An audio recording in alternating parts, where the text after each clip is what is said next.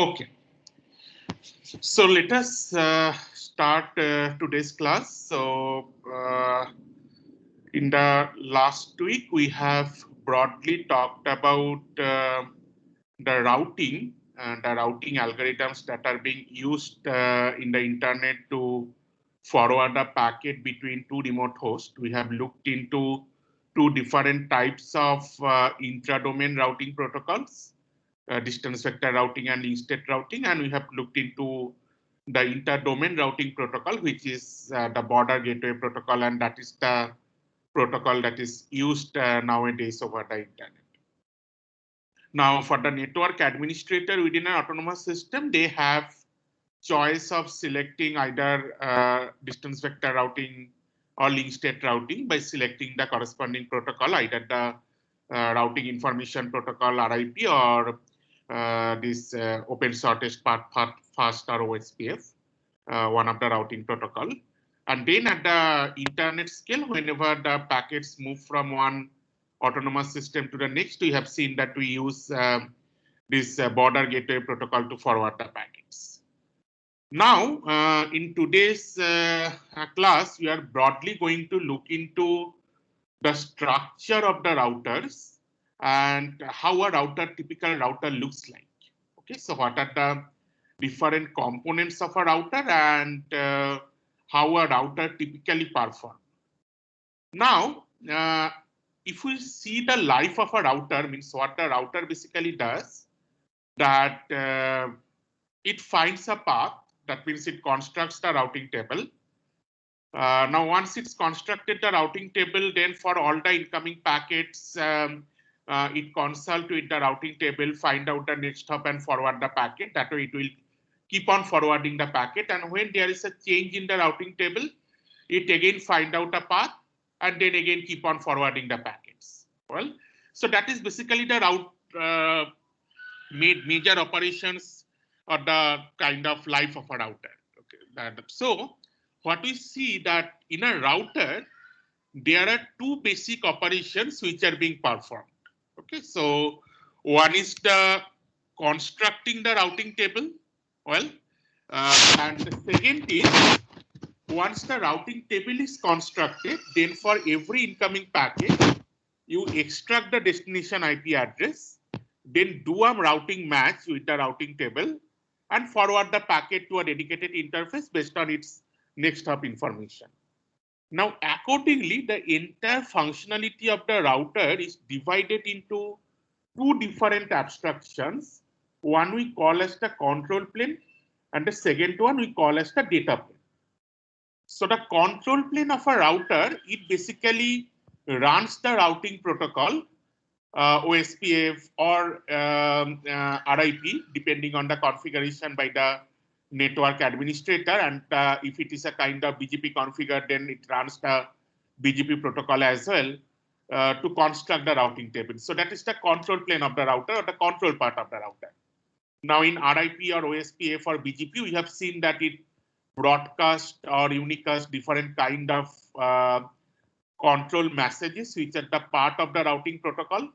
For example, the OSPF hello message to gather the neighboring information. Then in case of BGP to broadcast the NLRI or network layer reachability information. So it basically broadcasts different kind of control packets to gather information about the network and accordingly construct the routing table by running the suitable pathfinding algorithm. Okay, so that is the functionality of the control plane of the router.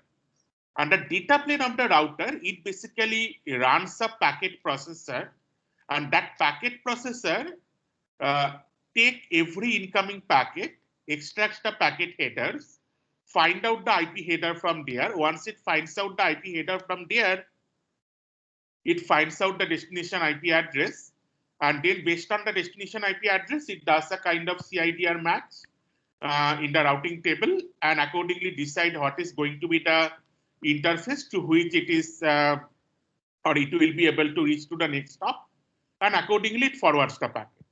Well, so that is the kind of data plane functionality of a router. Now, based on this control plane functionality and the data plane functionality of a router, we broadly design or we try to do different level of optimizations in a router.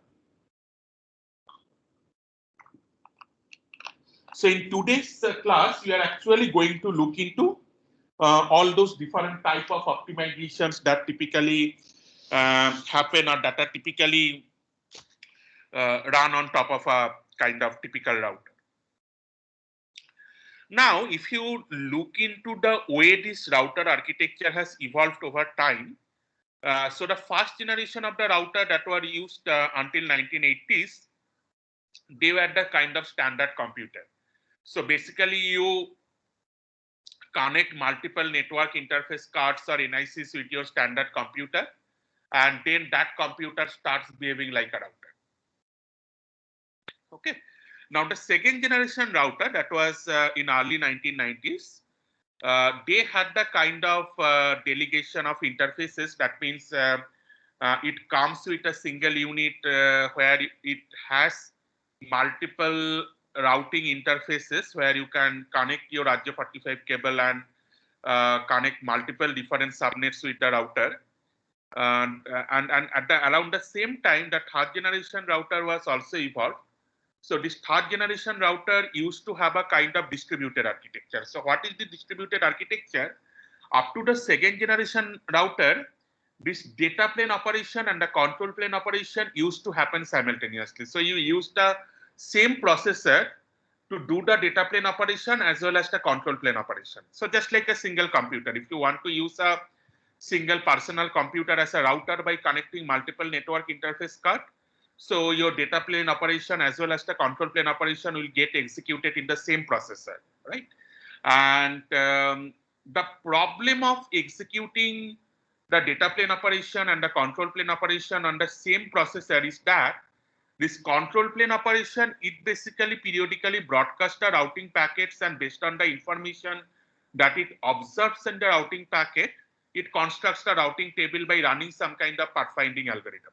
Well, whereas the data plane operation, as I have mentioned, its task is to process every individual packet that are being forwarded by this router or that are being routed by this router. Now, that way, if you can think of for a typical router with which I have connected multiple subnets, at the peak hours, I'm going to receive millions of different data packets that I have to process to find out their next hop. Now, if I run or if I use the same processor for the control plane operation as well, then that particular control plane operation also snatches or also uses some computing power.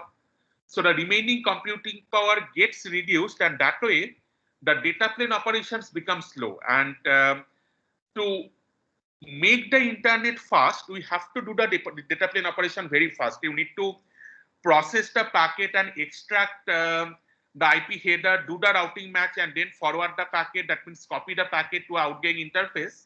This entire process needs to be executed very fast. Okay.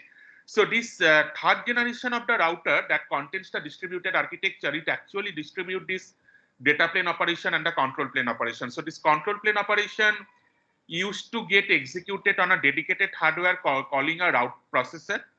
Now on that route processor, it executes the control plane operation.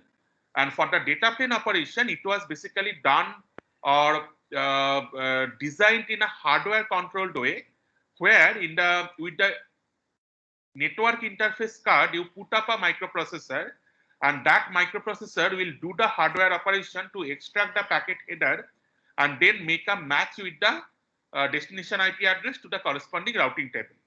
Okay, so that was the kind of distributed architecture of the third generation routers. Now the fourth generation routers or early 2000s routers, they were the kind of same third generation routers, but now the size of the router got increased. That way on multiple racks, the routers are being installed. That way the router architecture becomes much more similar to a kind of typical server architecture, where you have a rack, and in that rack you put multiple different servers.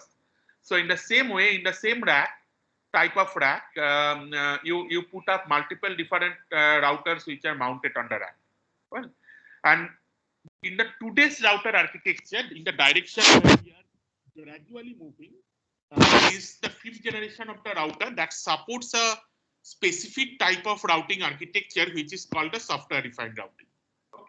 So we'll also talk about the software-defined routing in today's class. Okay.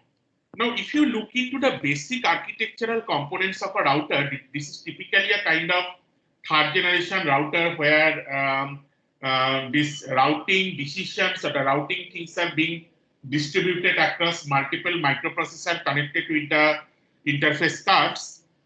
So we have a dedicated processor for running the control functionalities of the router, which have its own memory and the CPU. So this particular processor is known as the route processor. Okay. And this route processor is connected with the interface cards or the network interface cards or the NICs with the help of an interconnection network. Well, so this interconnection network is an internal of a router which actually interconnects the route processor with the corresponding network interface card. And every network interface card has an incoming interface and as well as an outgoing interface. So through the incoming interface, you receive the data packet, okay, in the form of digital signals. Now, once you are receiving the data packet, the microprocessor which is there attached to the network interface card, it processes the packet. So it is basically a fast packet processor. It processes the packets, it extracts the required information like the destination IP from the packet, make a match with the routing table, and then based on the routing table output, it forward this packet to one of the outgoing interfaces. Right? So that is basically the way this entire router architecture works. Now, as I was mentioning, that as a part of the router hardware, this processor is responsible for control functionalities, and we call this kind of processor as the route processor. It constructs the routing table based on the specific routing algorithm which is being chosen by the network administrator. And then this forwarding is done at the interface card. Right? And for doing this forwarding, one thing you need to keep in mind that this route match needs to be very fast. As I was mentioning, that you are connecting your router to a say GBPS Ethernet, but your router is very slow in processing the packet, then your effective network bandwidth that you will get, it will be very low. Well, because to utilize the 1 Gbps of incoming link and the outgoing link, your router also should be able to process the packets at that particular rate, so that even at the peak hour, there is no stall or there is no edging effect in the entire path. Okay. So that way, this control plane functionalities and the data plane functionalities are basically separated. And for the data plane functionalities, as I was mentioning, that we need this route match to be very fast. And for that particular purpose, we use a kind of special purpose memory management unit, which is called the ternary content addressable memory, or TCAM. Okay. So we'll look into TCAM, that how TCAM is used for doing fast processing of the routing table match and decide about the next hop of a router. Okay, so the internal architecture of the routers is something like this. So you will have a route processor that will run the routing engine, that will run the routing protocol to generate the routing table. And then you will have a packet processor, that is basically a microprocessor which is connected to your network interface. And that packet processor will process the packet to decide about the next hop. And depending on that packet processor, the system will actually decide that in which particular outgoing interface the packet needs to be forwarded. Okay. Now, as I was mentioning, that from third generation router to the fourth generation router, the basic architectural changes that happened is like you design the router similar to the servers. That means on a rack, you will put up multiple different routers all together. So here is a kind of example diagram where this kind of large routers, they are built as a slotted chassis. So these interface cards are inserted into the slots, and the route processor is also inserted at a slot. And that way you can put up in individual slots, you can put up multiple different routers, and all those routers work collectively for taking the decision or for forwarding the packets. Okay. Now, if I move to the functional component of a router, so as I was mentioning that there are two different planes, the control plane and the data plane. The control plane actually takes care of the routing policies or the routing algorithms that are being used. And the data part or the data plane actually concerned about the forwarding engine. That means how the packets are being forwarded from one how the packets are being forwarded from one interface to another interface. Okay, so now the interesting part is that how control plane actually operates, or how the control plane actually interacts with the corresponding data part. Okay, so in the data part, what we have seen that we need to do per packet processing. So that means if you just think of that your interface supports 1 Gbps link. Now in 1 Gbps at the peak hours, you are getting millions of data packets per second, right? And for that millions of data packets, the router need to process. Well, so that way, these IP forwarding rules, it access the routing table, which are actually developed by the control plane by executing the routing functionalities. Okay.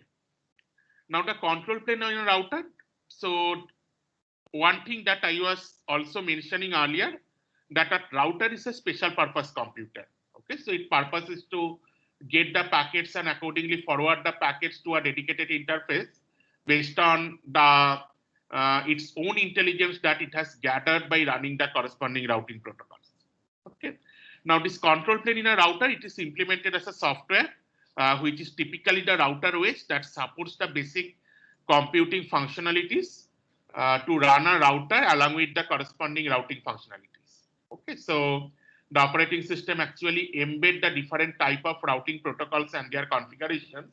And as a network administrator, whenever you are buying or procuring a new router, you need to look into its manual and accordingly configure the corresponding protocol as a part of the control plane OS of the router.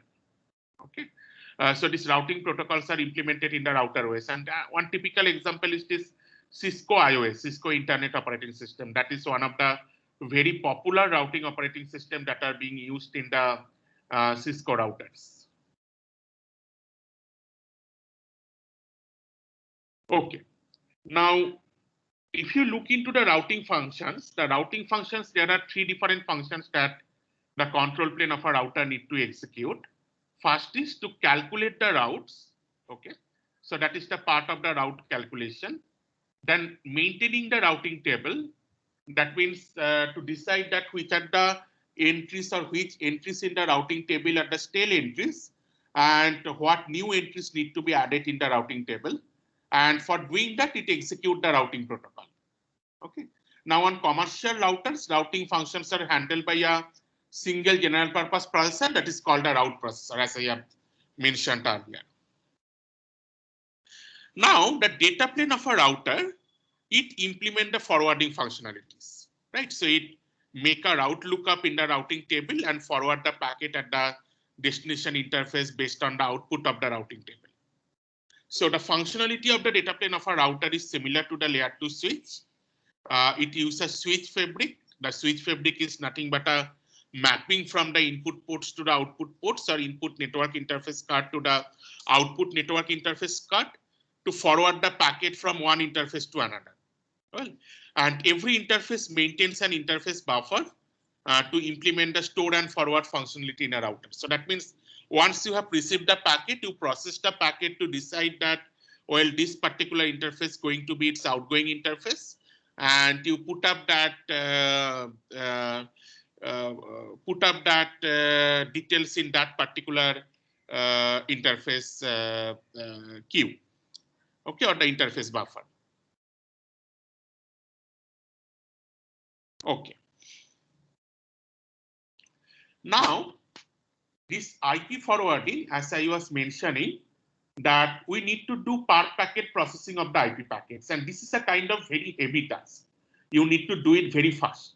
Well, so this IP forwarding is distributed. It is handled by individual interface controller. So the individual interface controller actually process the incoming IP packets and accordingly decide what is going to be the outgoing interface for that IP packets.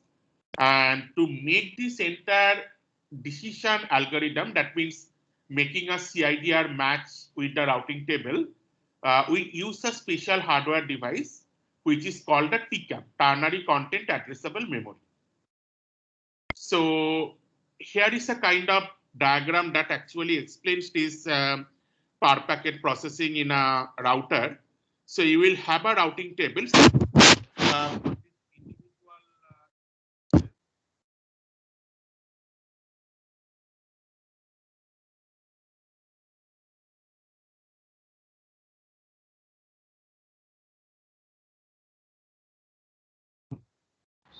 Sir, you are not audible.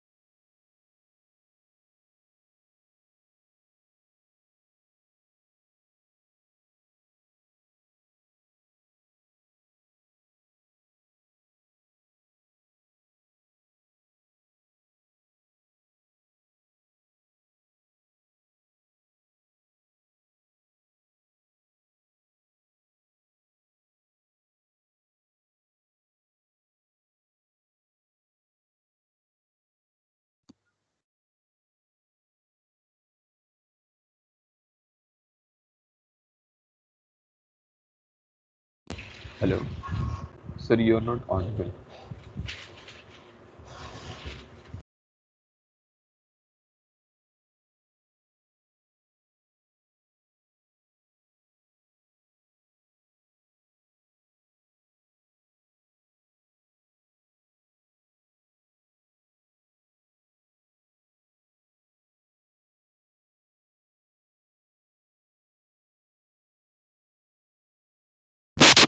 Okay. Now coming to this concept of forwarding information base. Well, so Sir, as I have, hello. yeah, Sir, any right query? from the start of the last slide, you were not audible. Which part? Sir, right from the beginning of this slide, when you started explaining, uh, you were not audible. Okay, good. So, okay, so let me repeat this part. So, as I was mentioning that we have multiple different interfaces, and for every individual interfaces, I take the decision, packet forwarding decision as an independent way. That means when a particular packet reaches to one of the interface, that interface will make a match of the destination IP address with the corresponding routing table to decide what is going to be the next hop and what is going to be the outgoing interface to forward the packet to the next hop. Now, how we are going to do that? For that, actually, we take the global routing table. So this is the routing table that is being constructed by the routing protocol. So a part of the routing table is actually copied in the memory of the individual interfaces. So we cannot copy the entire routing table because of the space constraint, because for a large scale router, the size of the routing table is also large. That's why you do not have the flexibility to copy the entire routing table to an interface. So you copy a part of it. Now, whenever you are copying a part of it, that particular thing is called a forwarding information base that we are going to talk in the next slide. Now, in every individual interface, whenever you are receiving an incoming packet, so assume that you have received an incoming packet in this interface. Now, once you have received an incoming packet to this interface, then it will extract this interface packet processor. It will extract the IP header from the packet. Then it will look into the destination IP address. Now, once it looks into the destination IP address, it makes a match with the routing table or a part of the routing table that is available in the interface card to decide about where is the next hop. Accordingly, once you get the next hop information, you copy this to an output buffer. Now, the remaining part works like a layer 2 switch. So what typically happens that from the output buffer, whenever you are picking up a packet, you see that based on the routing decision, what is going to be my next hop. And for that next hop, in which particular interface, I need to copy the packet. So the packet is through this switch fabric, the packet is copied from the input interface to the corresponding outgoing output interface for scheduling the output of the packet. Okay, so that are basically the steps which are being executed. Now this entire process, one thing that I have mentioned that this entire routing table you cannot copy. Okay, so you basically copy a part of the routing table to a network interface, and that part is basically called a forwarding interface for a forwarding information base or FIB. Well, so that way every network interface card, the interface of an FD network interface card, it maintains a forwarding information base that is a mapping from the input interface to the output interface based on the output of the routing table.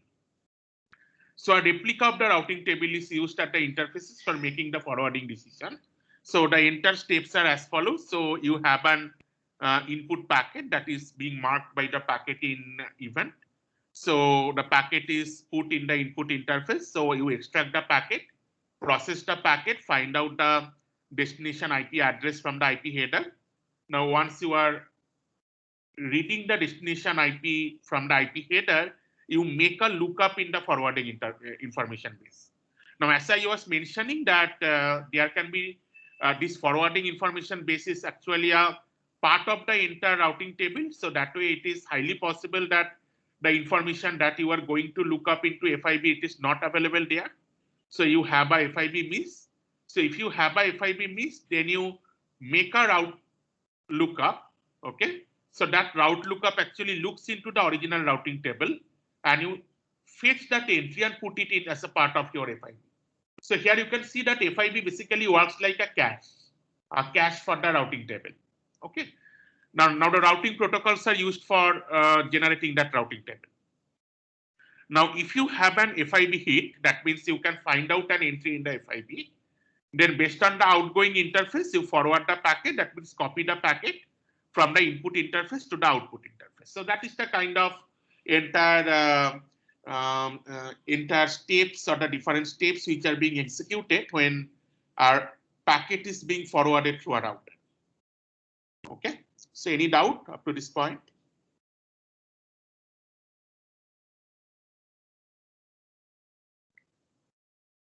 Okay. This FIB lookup is fixed or updated dynamically?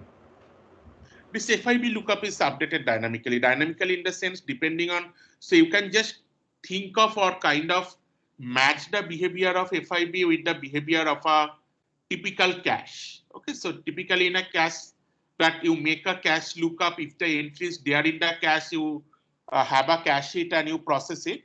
And if it is not there in the cache, then you get the entry from the main memory. The same thing happens here. The original routing table or the complete routing table is put up in the main memory of the router. Okay, and the memory or the cache of every individual network interface card, it contains a part of that routing table that we call as the FIB. Okay, so and that way the FIB might not have the complete entry, and because the FIB do not have the complete entry, there might be an FIB miss, and if there is a FIB miss, you do a route lookup through the software and fetch that entry to the FIB. Okay, so remember that FIB lookup is actually implemented in the hardware, so that PCAM hardware ternary content addressable memory that I have mentioned.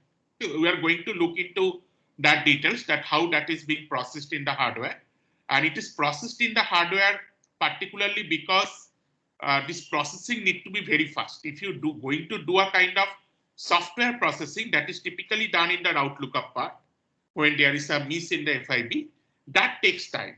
Okay, but doing a kind of fast processing, you do it in the hardware, so that is done within the FIB.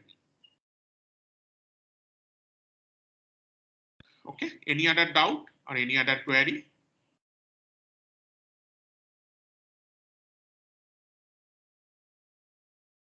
Okay.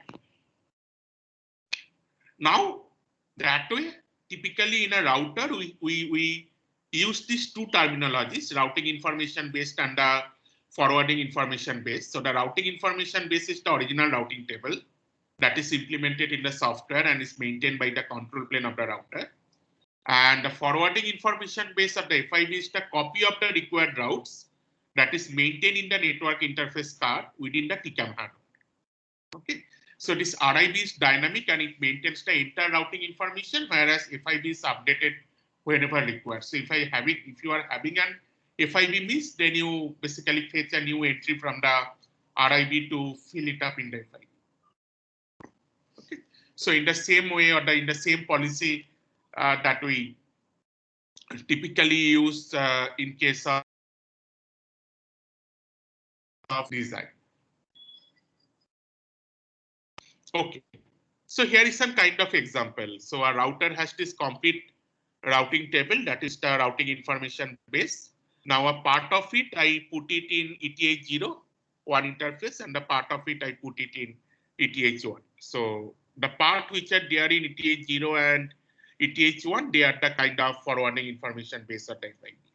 Okay, so it is the part of the entire routing table. So you see that all the 4 entries are not there. So the FIB at ETH0 contains 3 entries and the FIB at ETH1 contains 2 entries.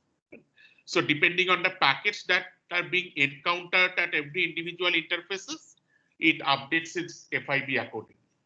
Okay, so if a packet has been accessed or processed very recently, then that entry is there in the corresponding FIB. And the idea is something similar to the caching idea, that if you are going to see a packet for a particular flow, you are likely to receive more packets of that flow. Okay, so it works on this principle that once you get a new packet for a new flow and say the entry is not there in FIB, you do a route lookup and fetch the entry from RIB to FIB. Then it is not like that an end-to-end network flow will only contain a single packet. It will contain multiple packets, and sometimes it is of millions of packets that are being forwarded. Okay, so that way it is caches are maintained within the individual network interface card. So that way, this RIB, it actually feeds the FIB. So we will have multiple different routing table in the control plane. We can have static routes. We can have the routing table corresponds to SPF, that is the link state database for doing the intra-domain routing. Then you have the BGP4 routing table. So this BGP4 routing table is the routing table for inter-domain routing. Well, and all these different entries are fed into the routing information base, or it populates the global routing information base, and then the part of it is being taken at the forwarding information base or the forwarding table. So that is the kind of entire end-to-end architecture. Now coming to the basic TCAM architecture. So this TCAM actually works in this way. So as I have mentioned that it is a specific type of hardware for doing a route match, ternary content addressable memory, so that you can process the routing decision in the hardware itself. So here I will just try to explain it with the help of an example. So here are 4 different entries and how these entries are designed. So if you look into the packets, for example, for the time being, just assume that your IP addresses are 4-bit address. Okay, typically it is a 32-bit address. Just for the explanation purpose, assume that it is 4-bit.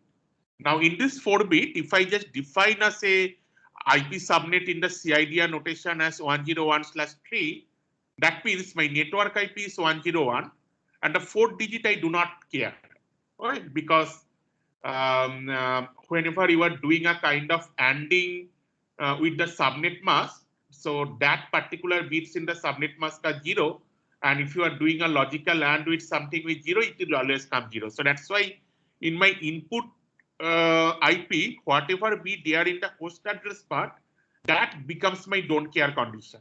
Okay.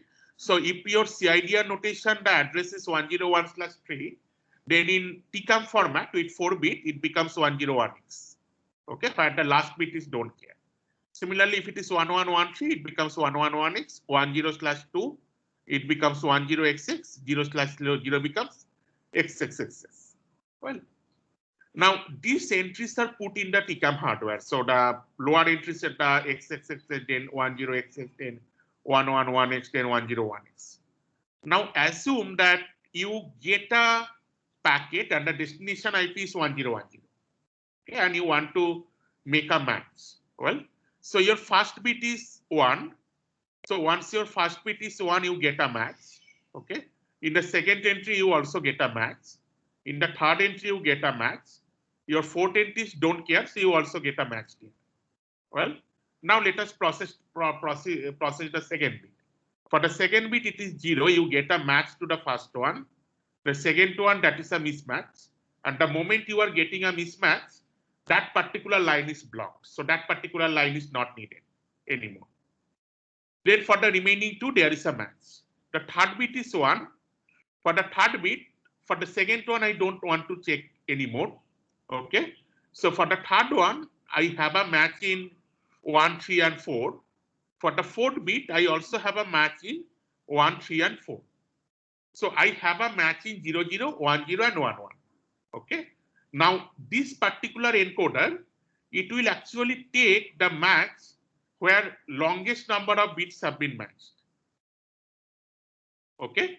So whenever you are taking the longest number of bits that have a match, so the last 2 entries were kind of XX.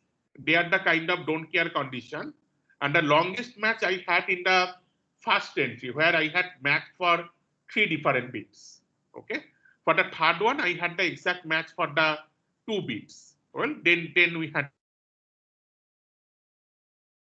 the, so that way, if we consider the don't care and accordingly find out that where is my longest match is in the first one, then the first line is selected and that line is being forwarded as my output. Okay. So this way in the hardware, the packets are being processed and this processing is very fast because you are processing in the hardware. Well, and that way actually your route lookup becomes very fast with the help of this forwarding information base that you are putting in the format of a hardware rule rather than a software rule and then forwarding the packet. Okay. So that TCAM hardware is actually used in the network interface card. And basically, so earlier we had a kind of query that why do we typically use both L2 switches and routers? Why not replace all the L2 switches with routers? Now, typically in the routers, because the router need to do this route lookup and a match with the table, and to match with the table, we need this TCAM hardware, which is very much costly, and because of which routers are much more costly compared to a layer 2 switch. Okay, so that's why whenever we are designing a network, we design it in that way. So if I first try to create a layer 2 subnets, well, such that I put all the machines in the same subnet, and then whenever you are going out of the subnet, you connect it with a router. Sorry. So that is the entire processing that are being done to forward the packets in a router. Okay, any doubt up to this point?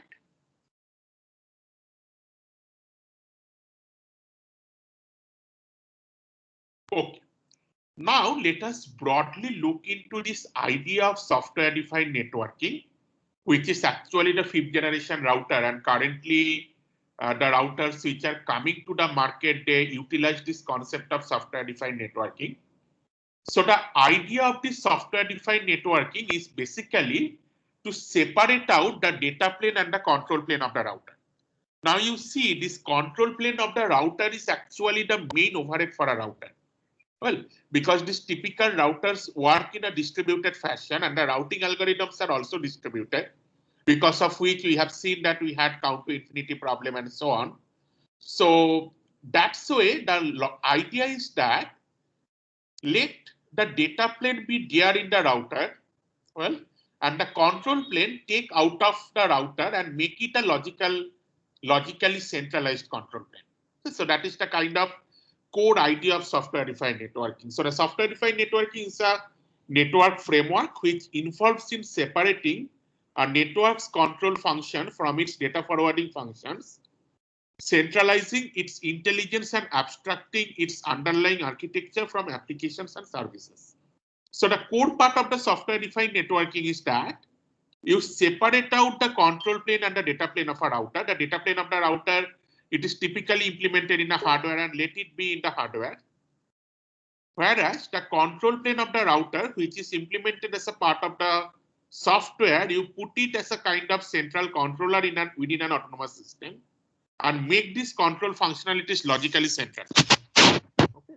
Now, if you can make the control functionalities logically centralized, your advantage is that you will not land up with the standard problems like counterintuitive, because from a central controller, you are going to take the decision about constructing the routing. Now, as I was mentioning, that the control plane of the router is the module which takes all the decision basically and instructor. It basically runs the routing algorithm. Whereas data plane is the module which carries out the task given by the control plane. So that task is basically forwarding the packets by looking into the routing table and finding out a routing. Now, in traditional networking devices that are the kind of proprietary device, they are typically the vendors, they decide the software. That means the control planes are decided by the vendors. As I was mentioning that in case of Cisco routers, they use Cisco iOS or Cisco Internet Operating System as a part of their control plane. And that means there is no standardization of the control plane. That means different vendors use their own optimizations in the control plane and the software part. And that way the development or the R&D is somehow disconnected because individual companies or individual enterprises, they build up their own system that they keep as the proprietary. So that way, in a typical router, this control plane and data plane are actually tied together, and there is a kind of strong interconnection between them. Right? Now, why we typically want to separate the control plane and the data plane? Because this control plane, we want to make it logically centralized, and we want to make it a place for open innovation so that anyone can design a new routing algorithm or anyone can decide their own routing policy and put it up in their control plane. Okay. So that way, with the idea of the software-defined networking, the vendors only provide the hardware, which is the data plane, and we decide the control plane by writing custom logic within the software. Okay. Now, the advantage of such kind of architecture is that the features are no longer limited to what the vendor provides. You can build up your own feature within the open source control plane, and it helps in community development of new protocols and a longer life of the product. That is the standard things of a kind of open source idea. Okay. Now, how SDN work? That compared to the traditional network, software-defined networking has two types of device. One is the software controller that contains the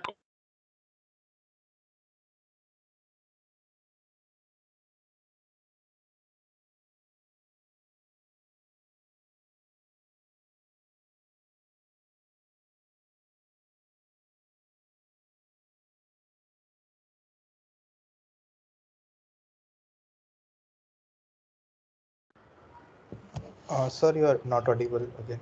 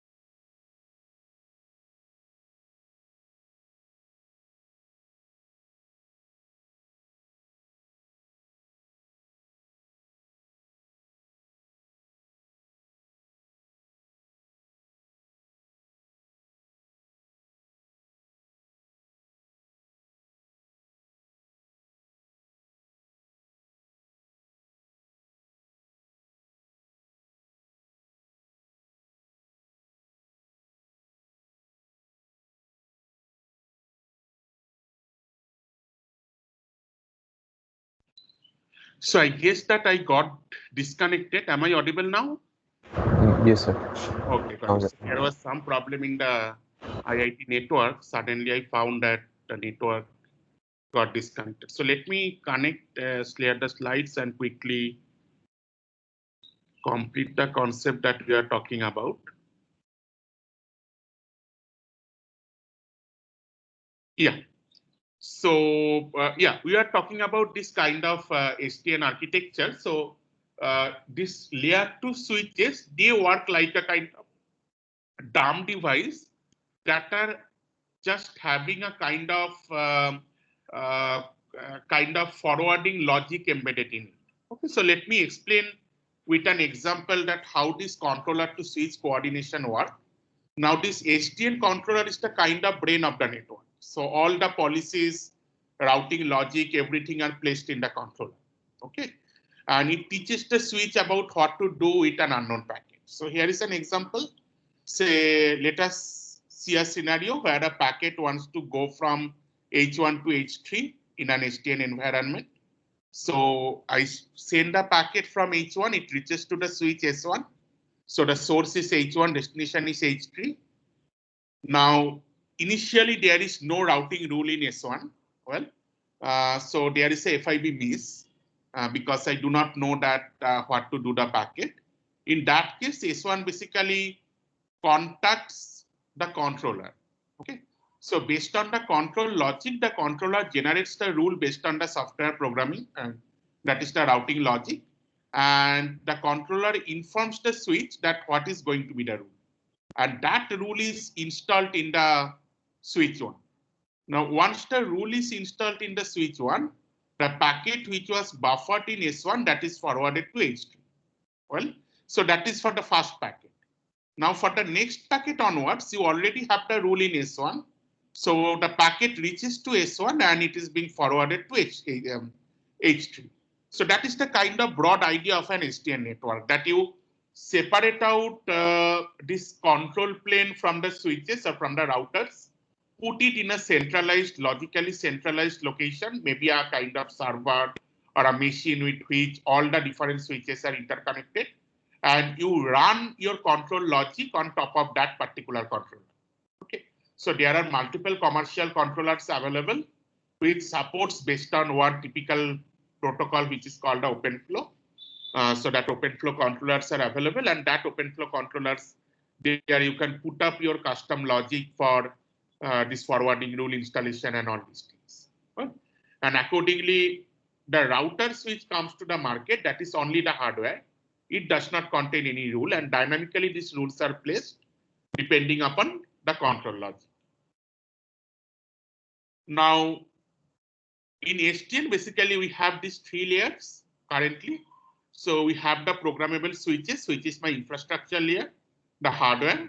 On top of that, I have a network controller that actually is the brain of the entire network. So I am separating out this controller and making it logically centralized. In the traditional architecture, this controller was a part of the router, and that way it used to run the distributed protocols like RIP or OSPF.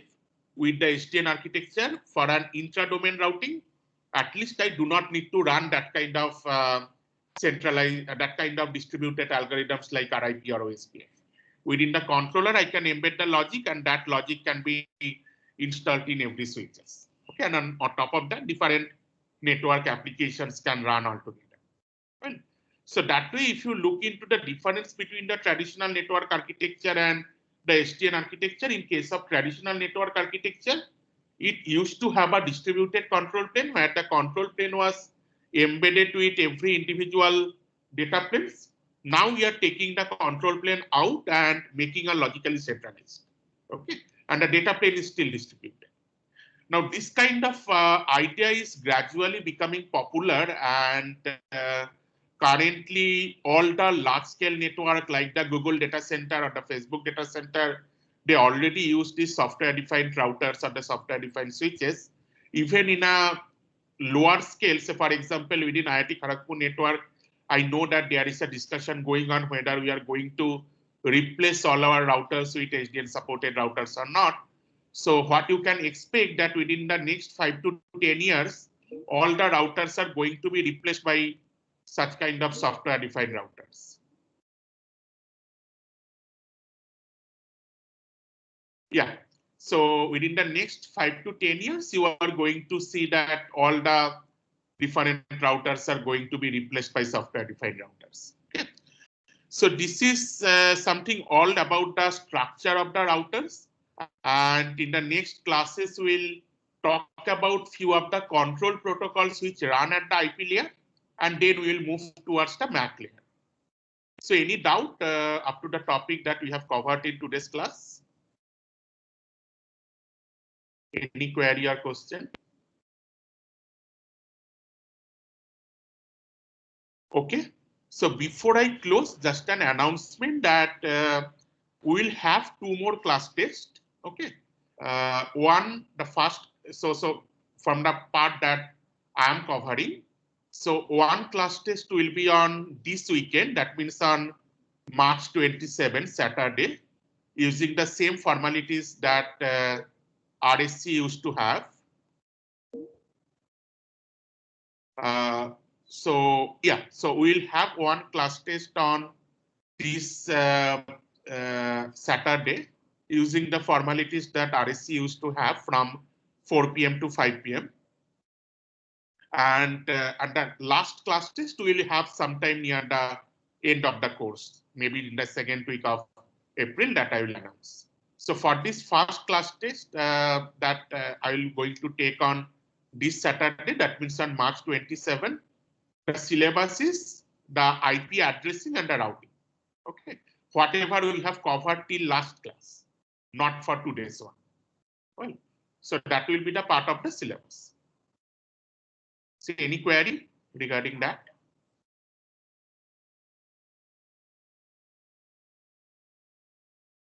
Okay, fine. Then we are again going to meet tomorrow morning. Sir? Yeah, Shumam. Carry on. Sir, yeah, in the software-defined network SDN you are saying, so is it not a problem to have the control plane totally centralized? Because if somehow the computer that is giving the control instructions that goes down, then the whole network could switch off, right? Right. So you are right. So that's why typically, so I have not gone to the details of this architecture because of this timing constraint and all these things. Typically nowadays it is covered in an advanced networking course. So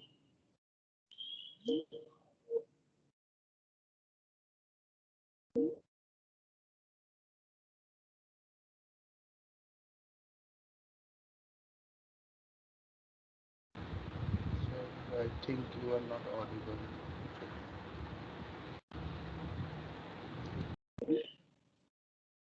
sorry, so there is not of network glitches today, it seems.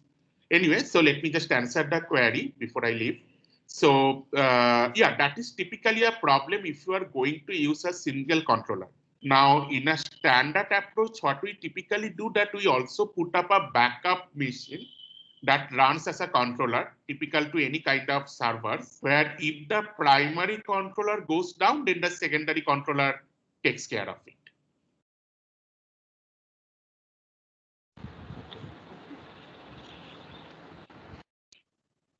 But yeah, it is a kind of real problem, but people are working towards that. So even people are thinking about to have kind of distributed controller for large scale network. But yeah, this SDN idea of SDN that has been designed till now, it is to operate within a single network, like a kind of single autonomous system. So within a single autonomous system, if we have a primary controller and a backup controller, that will suffice. Any other query? Okay, if not, then thanks.